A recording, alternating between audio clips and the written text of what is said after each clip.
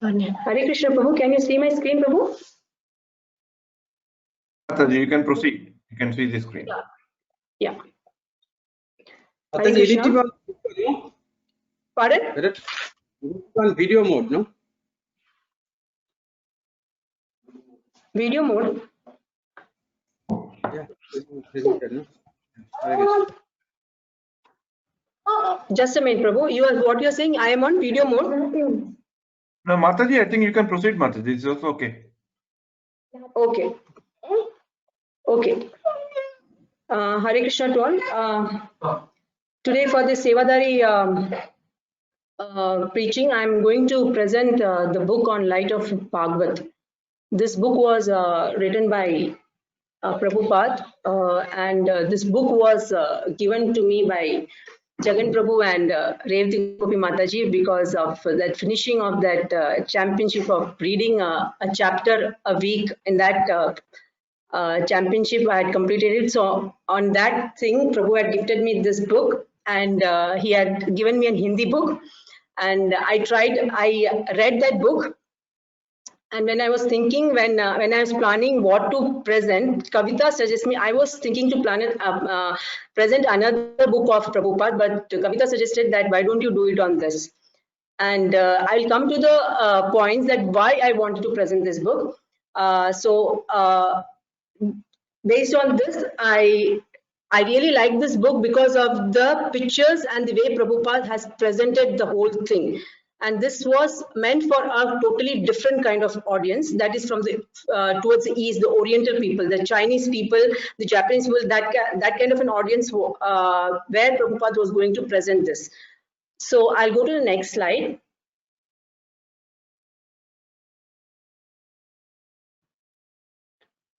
Okay, now what was the purpose of this? Why Prabhupada wrote this, and why he made it so colorful? The pictures, the text, if you see the illustrations, they are so very beautiful that you cannot imagine that how this, and as we proceed through this PPT, this book is completely of 48 verses, but I have not taken all the 48 verses because in half an hour time it's not possible to give justice to all the 48 verses. So I've just selected few of them, and the reason also I'll tell that why I selected this few of them. So I'll just start with the book. That the purpose of writing this book for Prabhupada was that Prabhupada in 1961 was invited to attend a world conference, the Congress for Cultivating the Human Spirit in Japan. So he was invited for this, and for this reason he wrote this book. And the place where he wrote this book was in Vrindavan. The Light of Bhagavad was composed in Vrindavan, and he has taken the seasons of Vrindavan. The 3 different seasons, the 4 different seasons he has taken to show this, to make those audience understand, to compare the nature and the philosophy, the spiritual philosophy. He took this as an opportunity to fulfill his guru's wish to preach Krishna conscious to English speaking audience, because we all know that his guru had told that you speak English so well, why don't you use this to preach to the Western audience? So that's the reason he took this as an opportunity, and the audience of the readers were the Oriental people from the East, because he was going to Japan and he knew that what kind of taste was there here. When we go through this book, the best part we know is that Prabhupada has understood the audience so well that we can, when we read a book, we can understand the author's capacity, and his thought, the way he writes, everything we come to know. So Prabhupada has understood the audience so well, and he decided to write on this book, on this particular topic, in a different manner. We have seen many books of Prabhupada, the small books, but this is very unique and very different, the way Prabhupada has presented it. The reason he selected this was that he selected this 48 verses was because he wanted to present the timeless preciousness, the timeless teaching of Srimad Bhagavatam to this people. And this 48 verse have been taken from Canto 10, Chapter 20. The title of this chapter is The Rainy Season and Autumn in Vrindavan.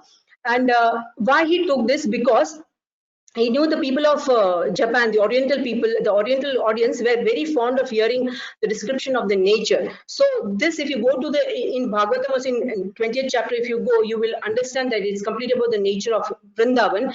And so he used this topic to make them understand this deep spiritual philosophy.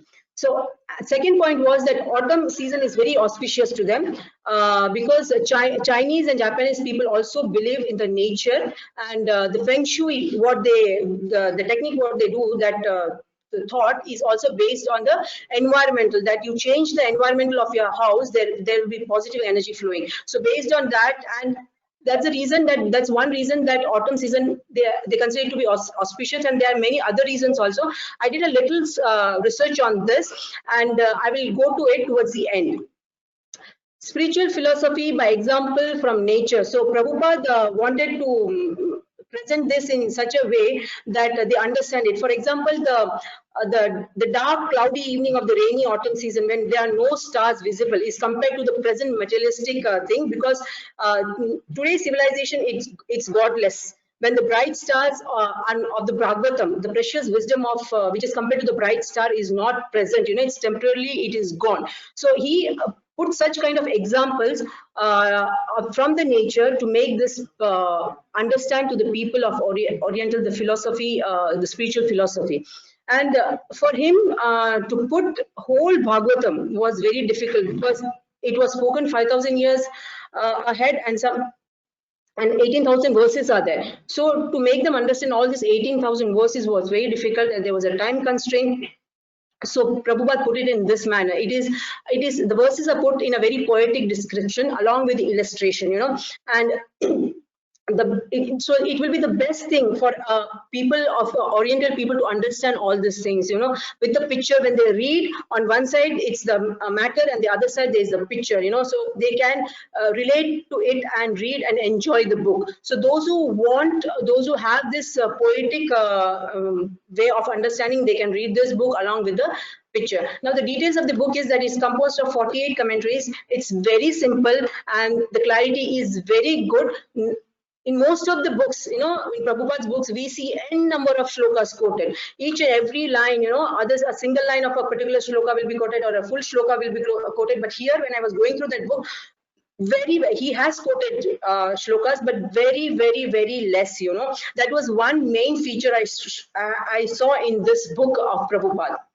And he has described 3 seasons, that is the dry summer, rainy, and autumn. And through this dry 3 season, he has made the philosophy, the deep philosophy, so beautiful that we can use this book when we are preaching to others, to make them understand through nature. How, for example, we say that the sun rises every day. The sun never thinks, that because people are not remembering me, or they don't remember me, or do worship to me, I will not rise. But a sun without expectation, he does his job of rising and setting. That kind of examples we give to people, to devotees, when we are preaching. So there are so many n number of examples, comparison. Prabhupada has used metaphor and simply in many of the verses to make this audience understand the philosophy.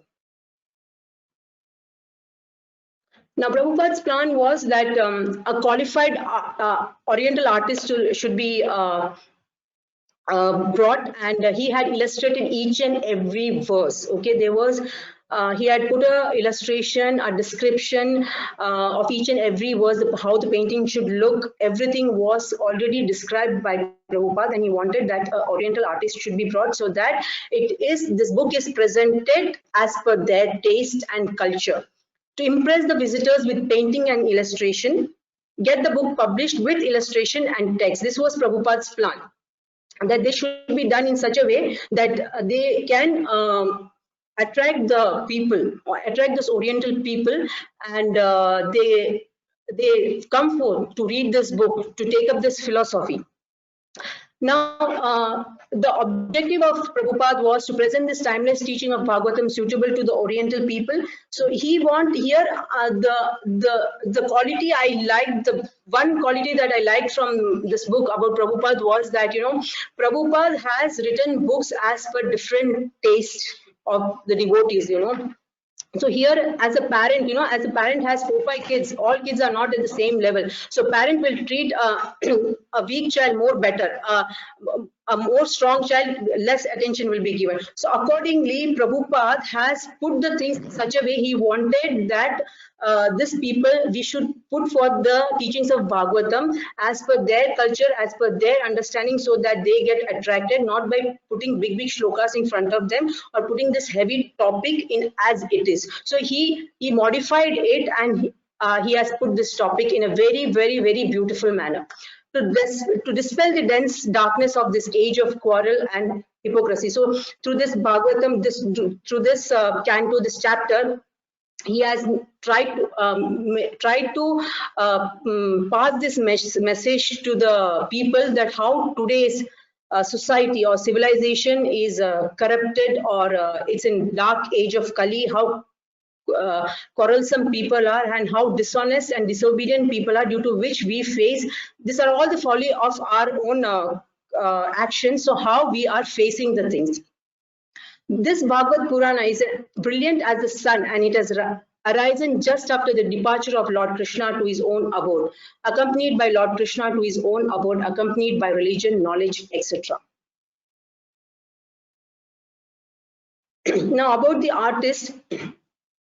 Here we can see that there is a blend of two culture happening, two Asian culture happening. Prabhupada's poetic way of describing the thing, Prabhupada's the description of the verses in a poetic manner, along with the paintings, the tradition, the culture of China. So the two blends have been done so nicely, and the outcome was that it's a two oldest culture. India and China, Chinese tradition is two oldest culture. So it has given a unique blend with the combination of two great people coming together and putting this book.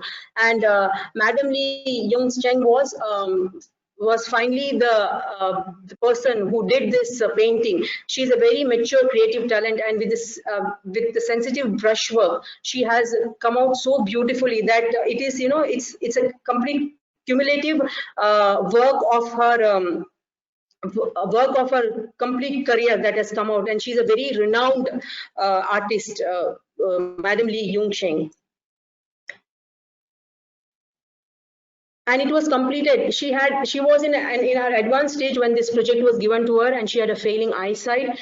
Completed in less than a year, and a style of Goknikbi style of painting was used. This style is a careful, realistic technique in Chinese painting, uses highly detailed brush strokes that details very precisely, usually depicts figure or narrative subject. So you can understand that the technique of the painting itself was to narrate some subjects, and to depict figures. So it has come out.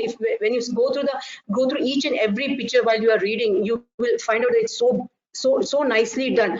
And the most amazing thing was that whatever Prabhupada had described, accordingly it has been done.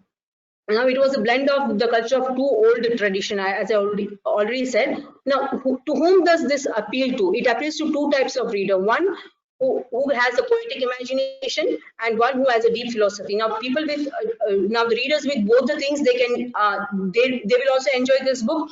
The people who only have a poetic imagination, they will enjoy this book. Those who like to read a book along with the picture, or those who want the deep philosophy to be understood, to be put so nicely using nature, will really enjoy this book. And there's a black and white book also, where there's only the comments by Prabhupada, and there's a small picture of this put here and there. So when you read, you can relate to it.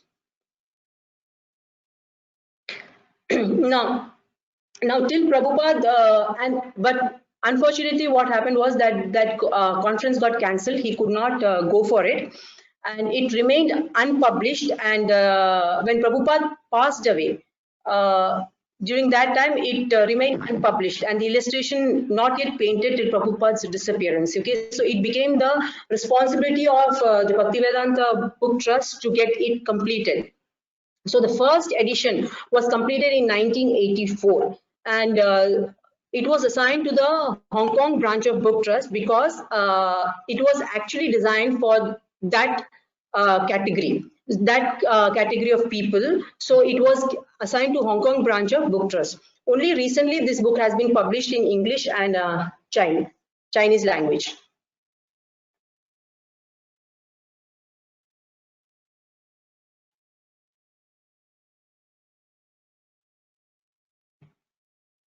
And from this book, what we can get is that the material world is but a reflection of the pure spiritual world from which the light of Bhagavad emanates. The order and the patterns which we see set about in nature are intentionally designed to illustrate the spiritual truth.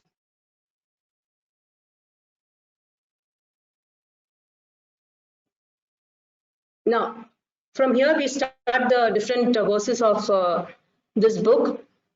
This is the text one. If you see the pictures, you can understand that how beautifully it has been done.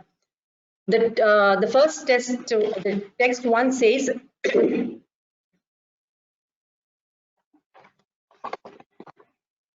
it says that the arrival of clouds accompanied by thunder and flashes of lightning all over the sky provides a picture of the life-giving hope. Covered by deep bluish clouds, the sky appears artificially dressed. The thunder and lightning within the clouds are sign of hope for a new way of life. So here the sky, I have highlighted the sky, clouds, thunder and lightning. The sky has been compared to the absolute truth, the personality of Godhead, because sky is limitless. It's expansive. You cannot it's very serene. You cannot measure the sky from one end to another side. So it's like, you know, it's limitless, and it has been compared here to absolute truth. And it is said that covered by deep bluish clouds. So when you see the sky is clear, but when it's about to rain, you can see a patch of dark clouds, you know, here and there. So it is like this has been compared to Tamasa Gun, because the living entity are also pure like the spiritual spark are also pure like the sky, but they are sometimes due to their nature of enjoyment, you know, they get covered by the mode of ignorance. So that's what Prabhupada has compared here with, that the sky is gets covered by a very insignificant part of the sky gets covered by these clouds. So that has been compared to the tamas gun of our nature, because when we think that we are different from the absolute truth, we want to enjoy. So when we want to enjoy, we forget ourselves, we forget that what is our constitutional position, we are part and parcel of the Lord, and we start to enjoy. So when this happens, when the ignorance comes in, what happens is that we get into the separation from the Lord. So false ego arises. When false ego arises, we start making noises. That is, the thunder has been compared to the noises that we make, that it's mine, it's yours, I am this, I am that. Okay, so the rajas gun has been explained here. And the lightning is a hope. The flash of lightning is only a beam of hope that one can lead one to the path of knowledge, and therefore it is compared. You know, this is like a hope when it's summer, and when the summer very scorching heat is there, and then the people, they see that the thundering and lightning is happening, so they can get a hope that now it will rain. So like that lightning is a hope for a new way of life, that we get into the path of knowledge, and through this path of knowledge we get the self-realization. So this has been compared to the mode of sattva or goodness. Now here one thing more Prabhupada has tried to explain, that to that I have kept this book, while doing this I have kept that a book that this Prabhupada has written this book for that Oriental audience, and I have tried to understand in that way, because Prabhupada has put very deep philosophy of Achintya Bhed Abhed Tattva. He has tried to explain this thing to the people there, that by saying that the absolute truth, the sky is compared to the absolute truth, it's not different from the covered part of the sky, but simultaneously the whole sky is different from the fractional portion that is liable to be covered by the dark cloud. Now the dark cloud, which is accompanied by the thunder and the lightning, cannot possibly cover the whole thing, you know, the whole sky. So the absolute truth is compared to the whole sky. Simultaneously it is one with the living entity, but different from the other. So we have to understand is that we are just a part of that sky. This cloud is just that part of that sky. We are also part of that absolute truth, and therefore we are prone to get clouded by ignorance. So Prabhupada has very nicely explained this deep philosophy by using the nature here. Go to text 2. The text 2 says that the scorching heat of the sun evaporates water from the sea, river, lakes, and reservoirs, and there is little water anywhere. The people become thirsty and always look overhead for rain, but in despair. Just at the right moment, torrents of rain begin to fall everywhere in the land, even on the hard stones, and the land becomes overflooded. So here Prabhupada has said that the scorching heat, he has compared it with the different kinds of taxes that the people, the various kinds of taxes that we are imposed with. That is the income tax, sales tax, land tax, excise tax, customs tax, all these things. So these are collected by the administration for the welfare of the people. Okay, so when they collect it, and it's a huge sum. Now this has to be used for the welfare of the citizen in various way. But what happens is that the same way, when the rain falls in, everything gets flooded, everything is filled in, and then it is this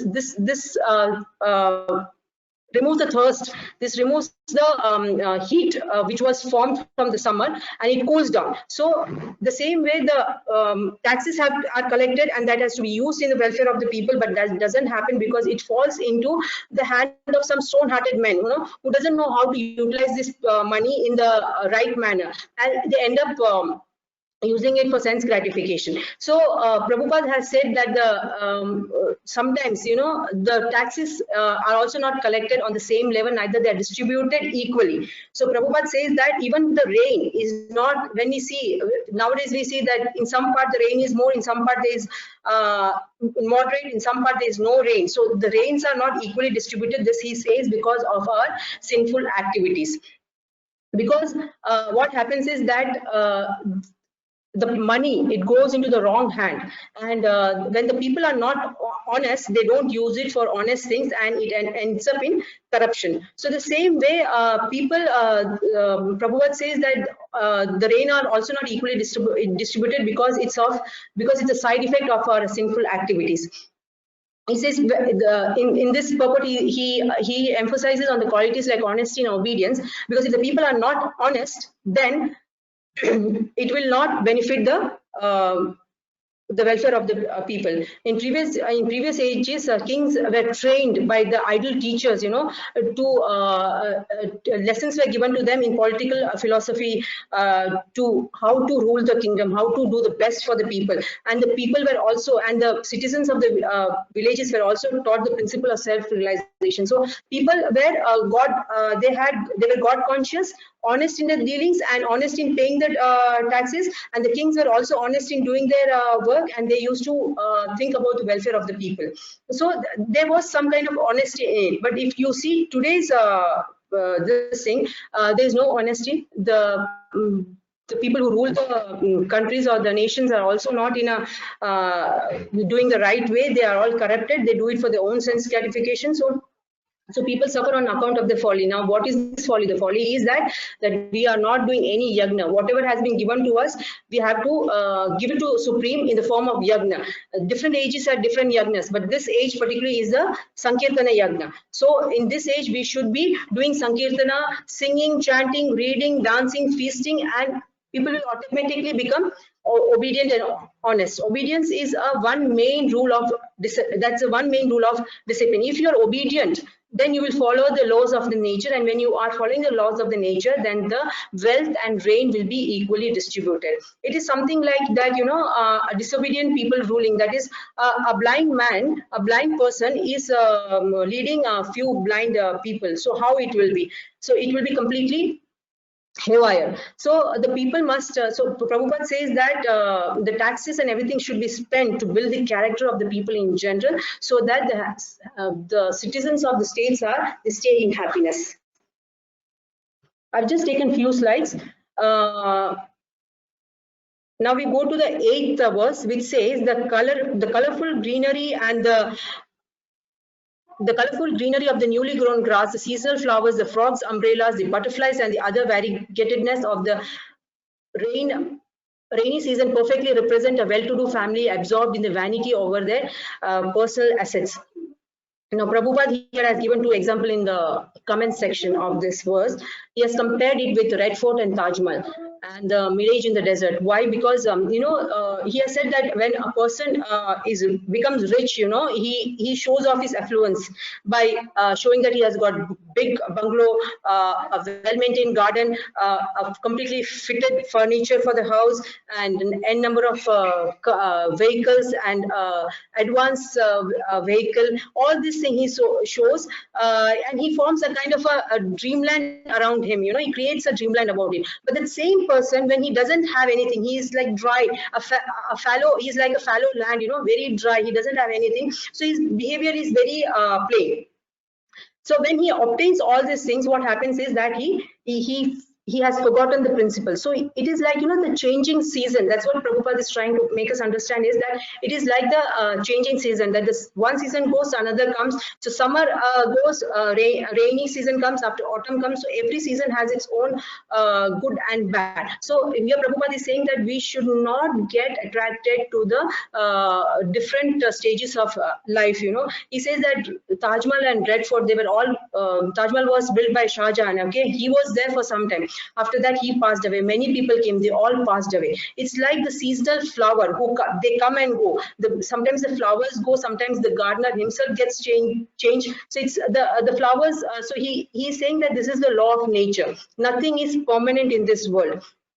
And we are we are searching for permanent knowledge, life, and bliss in the wrong place where things are changing. So he's saying that which is in this world which is changing, like the rainy season. In the rainy season, many flowers, they come and go, and the next season comes again, that withers off. So Prabhupada is saying that we are looking for the permanent happiness in a wrong place. That's the reason Prabhupada also given another example. That's the mirage in the desert. The deer will run out after the mirage in the desert, where water is there. Water is not untrue, water is there, but then he's searching for water in a wrong place. So that's what Prabhupada is saying, that if you want to search for happiness, knowledge, bliss, this is not the place. This thing we can enjoy in the spiritual existence. That's what Prabhupada is trying to make the audience understand. And if you see that throughout the 48 verses, I went through the book, I went through the purports. Prabhupada has spoken each and everything that he has spoken about the Varna system, the different planets, and like it's in this 48 verse, he has given a complete gist of the Bhagavad. The 12th verse. The mountains, although being struck by torrents of rain during the rainy season, are not shaken, just as those whose heart are dedicated to the transcendental personality of Godhead are never disturbed, even when harassed by great misfortune. So here Prabhupada tries to tell us that when bad things happen, when people are in diseased, impoverished, or disappointed by life's event, those who are true devotee, they will think that this is happening due to the past sinful reaction, and he awaits for the Supreme Lord's mercy. So they don't get fallen off, or they don't get agitated by the tall mountains. Here, this devotees are compared to the tall mountains. So a few days back, when Jagan Prabhu said that Prabhu and Mataji had gone to meet Dharmaraj Prabhu, he said this thing, that when Mataji went, he said that I'm suffering all this because of my past sinful activities. So devotees, they think it in that manner, and they stand tall like mountains, that whatever happens, they are not shaken. Even our Guru Maharaj, he's also going through so much things. Even Bhakti Charu Maharaj, he's also going there. They all stand tall, even if in the bad days also, they take it as a mercy from the Lord. The text 17. Yeah, the peacock became festive, and I'll just go fast. I think I'm running out of time. The peacocks became festive and cried out of a joyful greeting when they saw the clouds arrive, just as people distressed. Yes, Hare Krishna, it's a very unique, very unique and unheard topic. So you Yeah. don't be in hurry. You can just go. I will cut down my class, but please proceed. It's good. Okay, okay, Prabhu. Thank you so much, Prabhu. Text 17 we will go to. It says the peacocks became festive and cried out a joyful greeting when they saw the clouds arrive, just as people distressed in household life feel pleasure when the pure devotees of the infallible Supreme Lord visits them. When I went through this book, some of the verses made me literally wet my eyes. The way Prabhupada has used it, I was getting goosebumps. Here, peacock has been compared to the sages and the saints. You know, it's like the sages and the saints. The duty of the sages and the saints is to go door by door and awaken the householders. Okay, the householders have fallen in the dark well of this material thing. So. And they think that this is our world, you know, this is what we have to enjoy this. But the saints, the sages and the saints' duty is to pull this householders out of it and bring this conditioned soul out and show them the right path of self-realization. They should preach to these householders. So in the age of Kali, what happens is that so what happens is when the sage and the saints, they come and they preach and they see, and the householders, you know, they become very happy. So they say that when the rain, there's an indication that it will rain, the peacock will start dancing and the peacock will start crying in a beautiful manner, you know. So the saints are compared to that. The moment they see the householders who are fallen, they see the sages and the saints coming, they become joyful like peacocks. And in the age of Kali, though the people they don't like, not devotees, the people they don't like to welcome the saints at home, nor they are interested in spiritual enlightenment, but still it is the duty of the sages. Prabhupada says that it is the duty of the sages and the saints to bring the householders out of this material world. So he has given examples of like Lord Jesus, Thakura Haridas, Lord Nityananda Prabhu. Even if we know that because in this sense, Prabhupada says that Lord loves those people who take danger, you know, to preach, who risk their life to propagate the message of Godhead. So if you see in real life also, we have seen some devotees in Russia. If anybody has read the book Salted Bread, if you go through that book, you can understand the amount of risk that they have taken to preach this. One devotee in that has lost his life for that, and many got injured, or you know, a permanent injury also happened to the body because of preaching in Russia when it was a communist government. The amount of pain they have taken to preach it. So here Prabhupada says that God loves those who take risk to preach. Even our Guru Maharaj, he is taking a great risk by he has so much bodily problems. Still Guru Maharaj is not stopping.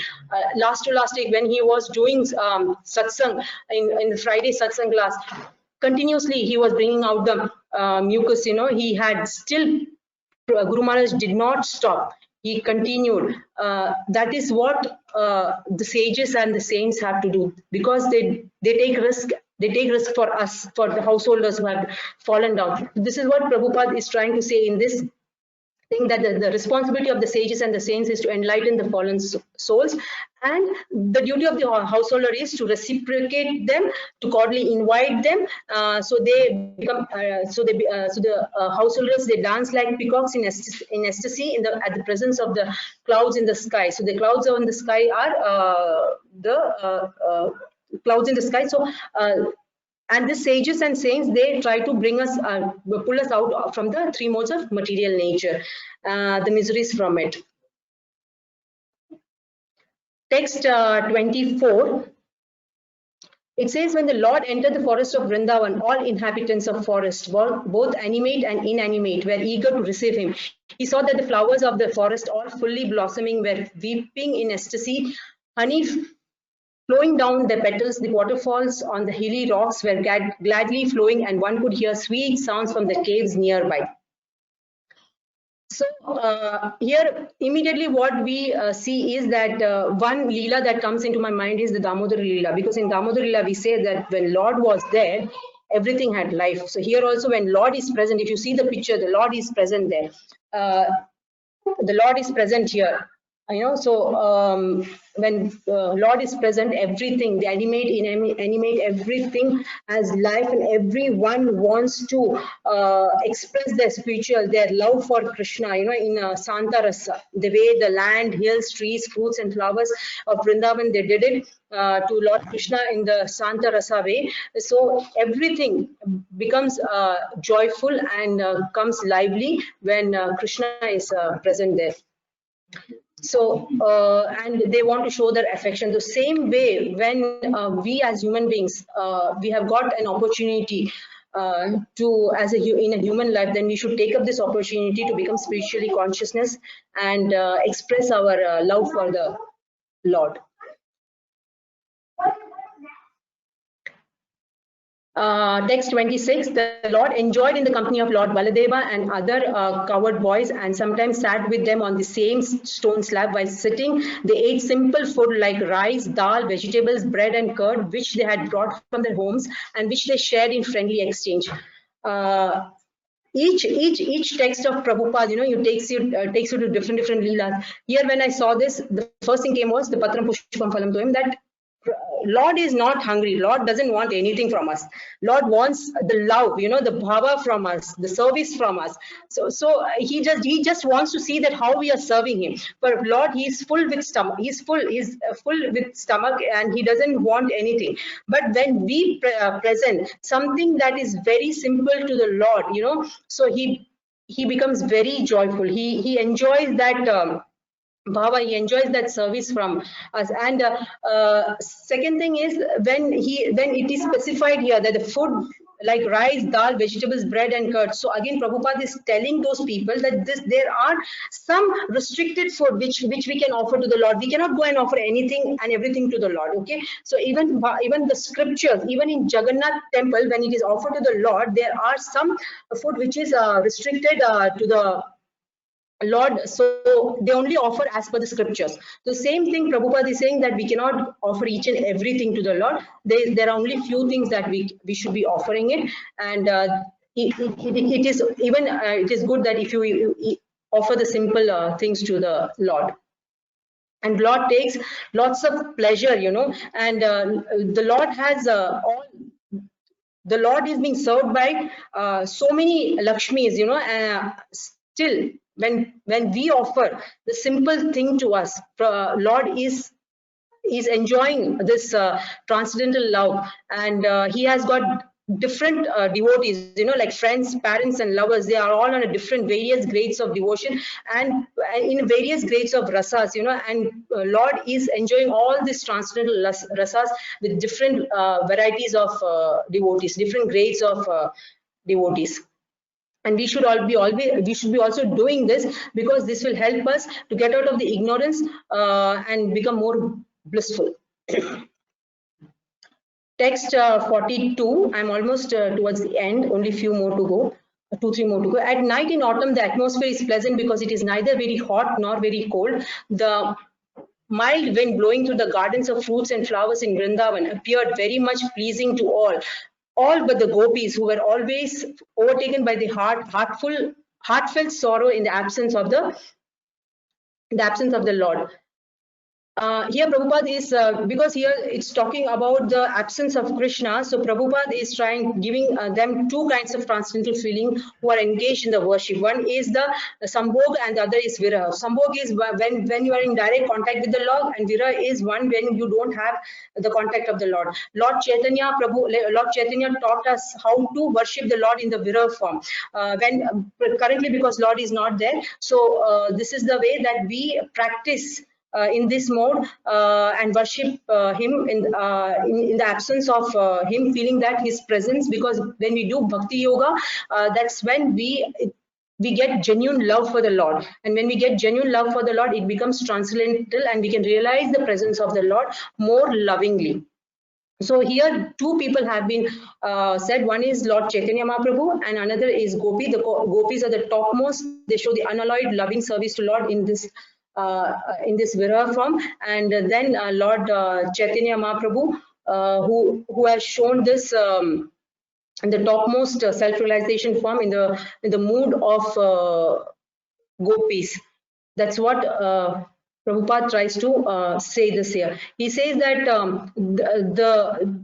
the Viraha form is also seen in the material world. A shadow of it is seen, like the absence of the loving husband and the wife, or with the friend, or with the beloved. All these things are there in this material world, but that is not permanent. It is very temporary. The permanent thing is our love for the Lord. When Lord is not here, we can feel His presence by developing genuine love for Him. In this state, the devotees always feel we feel the love for the Lord, and we are always in transcendental service to the Lord. We do feel the separation. It is more acute and intolerable for the devotees, but this is the right way. In this, we can remember him in more. In each and every time when we think about Him, when we are in separation, we always keep on thinking about the Lord. So we are always with Him. So the mind being reminded the gopis of the association of the Lord, and they felt separation from Him acutely. I think so. This will be the last.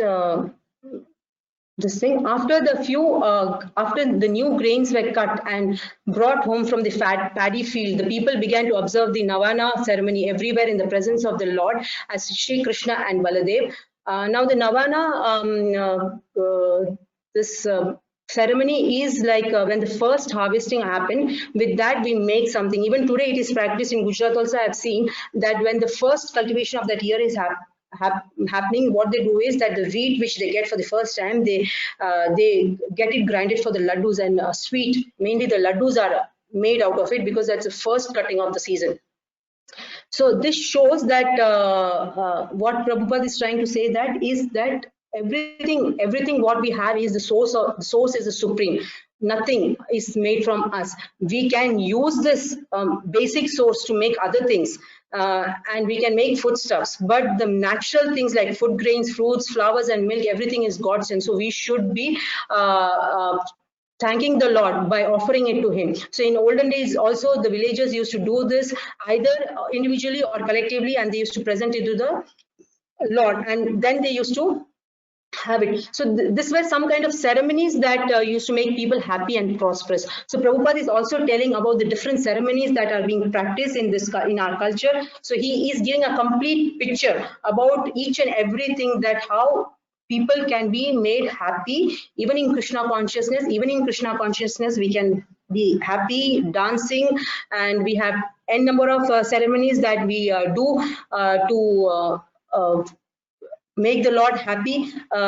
We should never think that we are cultivating ample amount of wheats and rice and everything. Yes, we use some kind of mechanisms like tractors and fertilizers to increase the yield, but after all, the basic things are given by the Lord, and we should be offering it to the Lord. Second thing Prabhupada is saying here in this point is that Krishna also removed, he also told to the people that there is no need to satisfy the various demigods in charge of the various departments of cosmic affairs, because here Prabhupada in the purport says that when his Krishna's father Nanda Maharaj was doing a yagna to Indra, because he is the person who is giving us rain, he stopped this practice, he stopped this age-old practice ceremony of no need to satisfy the various demigods in charge of the various departments of cosmic affairs. Instead, we must offer the sacrifices to the Supreme Lord, because he is the master. Others are all the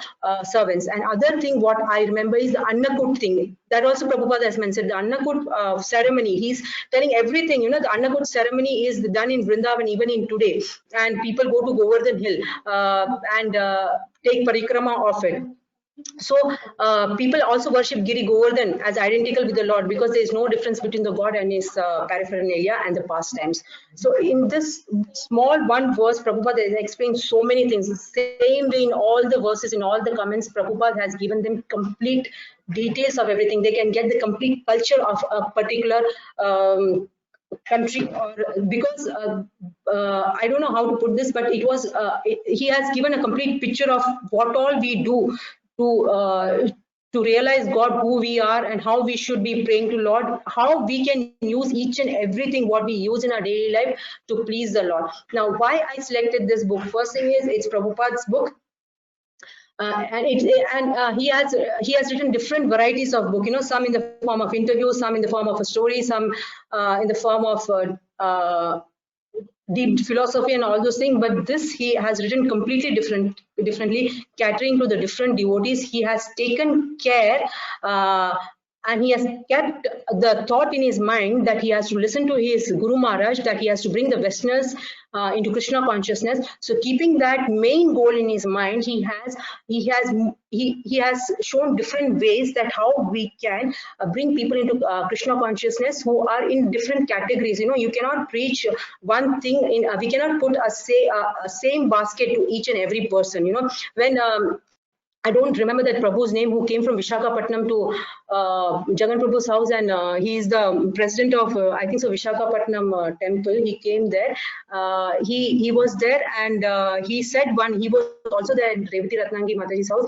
He told one thing, that when you are preaching to new people, you should not be hampering with the 4 regulative principles. You should just inform that these are the 4 regulative principles, because the moment you put all the 4 regulative principles to the people in the first 2-3 classes, they get scared and they don't come back. So the emphasis should be on the chanting. Then, to inspire myself in reading Prabhupada's book, because when I went for initiation, I was falling short of reading Prabhupada's book. So even if you go for initiation or not, but you should be reading Prabhupada's book, because as Aparna Mataji has said that in her lecture, she said that we are sitting here today only because of Prabhupada.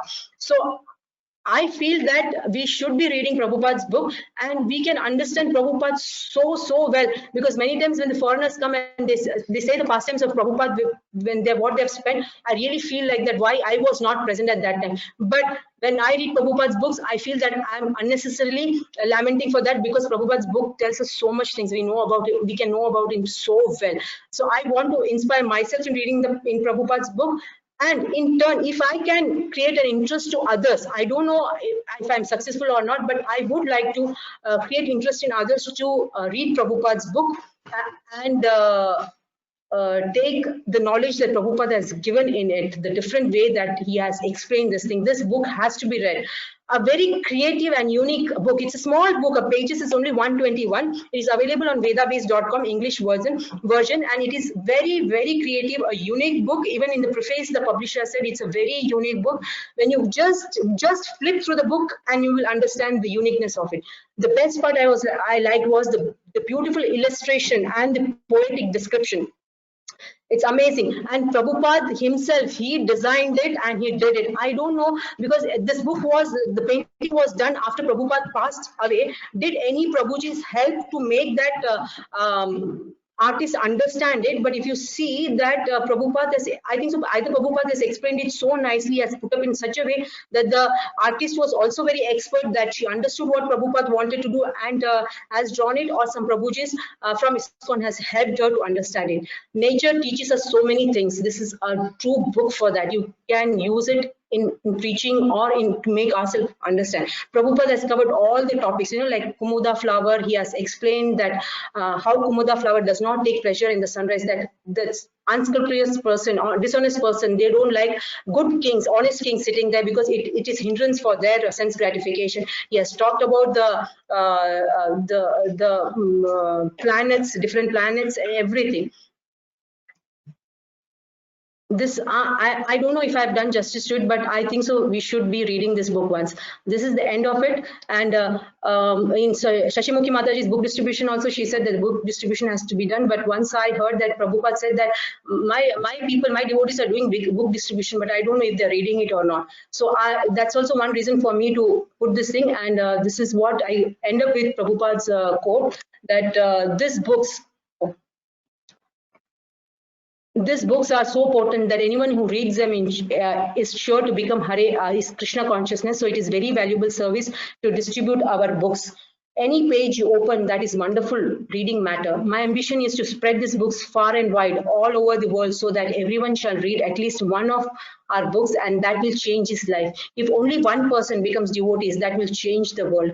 Honestly, I'll make an honest revelation that revelation I make that I was tempted to present this whole book, but 48 verse even if I read, I cannot finish it in half an hour. This also I couldn't stick to 30 minutes or 35 minutes. I'm sorry for that, but I was really tempted to present this book in the form that Prabhupada has written as it is, but I couldn't do it. So I've just selected few words from it. And I will show the renowned artist who did this. I couldn't get a photo of it, but from one Maharaj's lecture, I got this photo. She's the, Kavita, how we share this? Huh?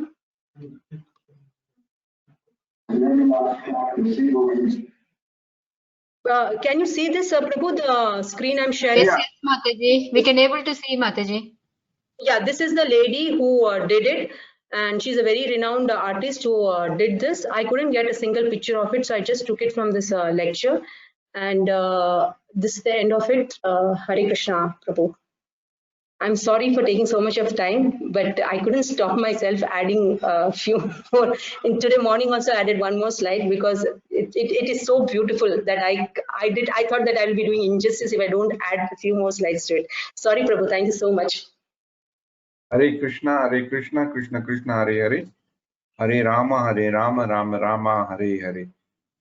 Thank you, Mataji. You can unshare yourself, and Yeah. big thanks, and sorry for all the other devotees. I also want to convey my apologies that Mataji did overrun her time, but I couldn't stop her because I could feel the enthusiasm in her to do this. A very, very unique topic that she has spoken just for the latecomers.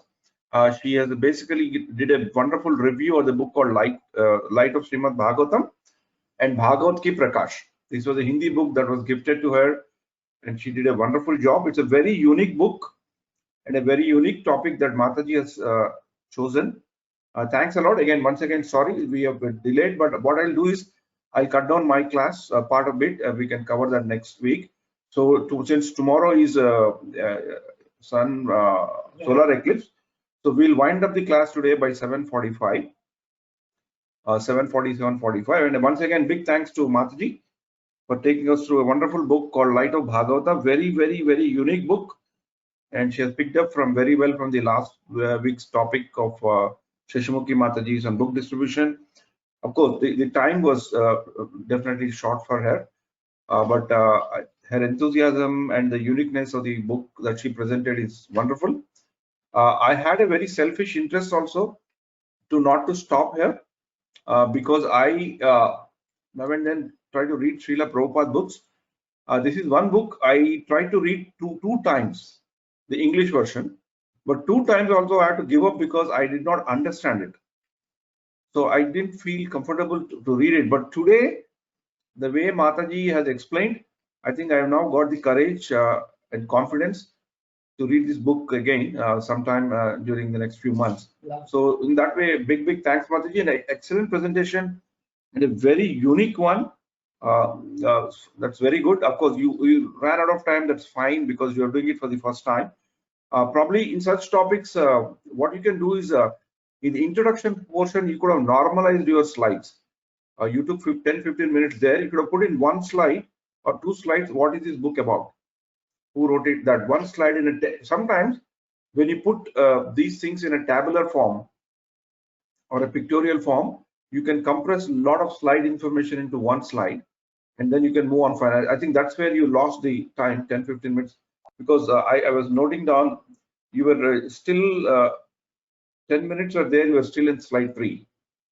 Because you had a lot to say. Utsaha, Dhairya, Nisya, right? The enthusiasm was overflowing. So I just couldn't stop it. Thanks a lot. Wonderful class. A lot of people will remember this class. Kindly share this presentation with in the Sevadari. We'll put it in the Sevadari thing. And other small thing is when we're doing this class, it is always good when we are taking shlokas. It's good to pick up from Veda base, so that the shlokas will have annotation. Some of the shlokas that you have put it on the screen did not have annotations. So kindly pick it so that when someone reads it again, it's easy. But otherwise, it's a fantastic topic, very unique topic, unheard of the topic. You have inspired a lot of people now to read Srila Prabhupada books. That's the greatest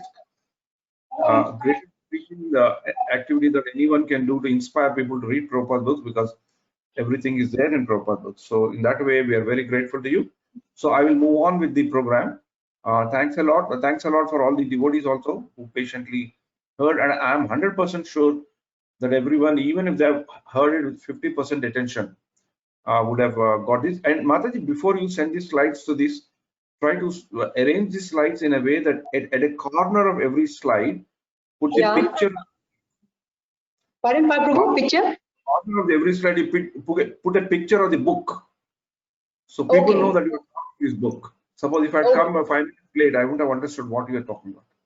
So in Okay. that way, it will really help. I think Kavita can help you out in that. But I think Yes, Prabhu. it's a wonderful thing. And once again, big thanks. Sorry, Prabhu, for taking the time. Sorry, Prabhu, overshooting it. Hare Krishna. So today, Hare Krishna, Krishna Krishna, Hare Hare, Hare Rama, Rama Rama, Hare Hare.